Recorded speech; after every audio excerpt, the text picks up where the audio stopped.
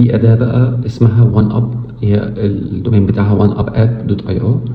وان أب أو وان أب يعني أب، أداة برضو خاصة بالسوشيال ميديا مانجمنت. أداة برضو جميلة جدا جدا جدا، سهلة وبسيطة، وفيها فيتشرز حلوة جدا.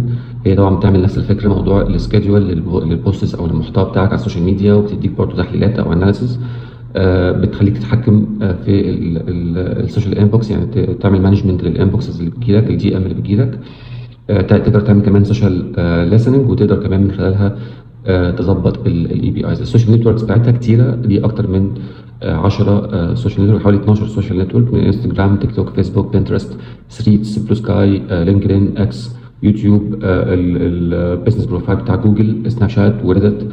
فهو بيغطي مجموعة كبيرة واسعة من السوشيال نتوركس.